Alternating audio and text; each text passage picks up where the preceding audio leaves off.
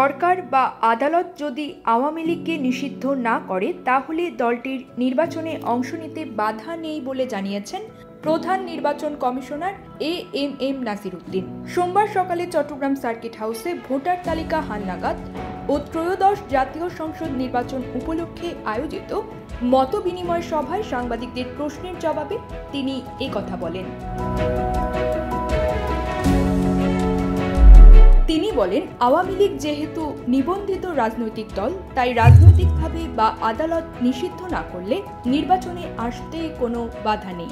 সুষ্ঠু ও গ্রহণযোগ্য নির্বাচন করতে কমিশন বদ্ধপরিকর। সিইসি বলেন, এখন নির্বাচনে কমিশন সম্পূর্ণ স্বাধীন। ডানে বামের বা বহির্বিশ্বের কোনো চাপ নেই। এখন আমরা বিবেকের চাপে আছি। এদেশে ভালো নির্বাচন করাও সম্ভব, খারাপ নির্বাচন করাও সম্ভব।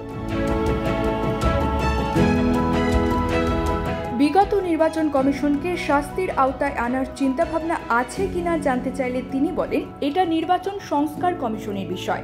আমরা ওনাদের সুপারিশনামা এখনো পাইনি। তবে আমাদের কমিশনের পক্ষ থেকে এ ধরনের কোনো চিন্তা করা হচ্ছে না, সিদ্ধান্ত নেই। সিইসি বলেন, আমরা ভোটারদের আস্থাহীনতা দূর করব। এজন্য বাড়ি বাড়ি যাব। 6 মাসের মধ্যে এই কাজ শেষ করব। ভোটার তালিকা থেকে যারা বাদ পড়ে গেছে তাদের অন্তর্ভুক্ত করব। প্রধান নির্বাচন কমিশনার বলেন, আপনাদের বলতে চাই, এবারের নির্বাচন আগের মতো হবে না। এজন্য আমাদের সর্বোচ্চ চেষ্টা থাকবে। এজন্য সবার সহযোগিতা লাগবে। গণ আন্দোলনের মুখে ক্ষমতাচ্যুত হওয়া দল আওয়ামী লীগ আগামী নির্বাচনে অংশ নিতে পারবে কিনা সেটি নিয়ে রাজনীতির মাঠে নানা আলোচনা চলছে।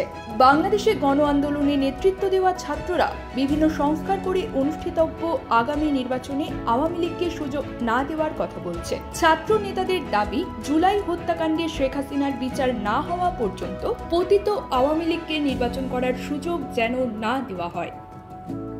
News desk, TGD world.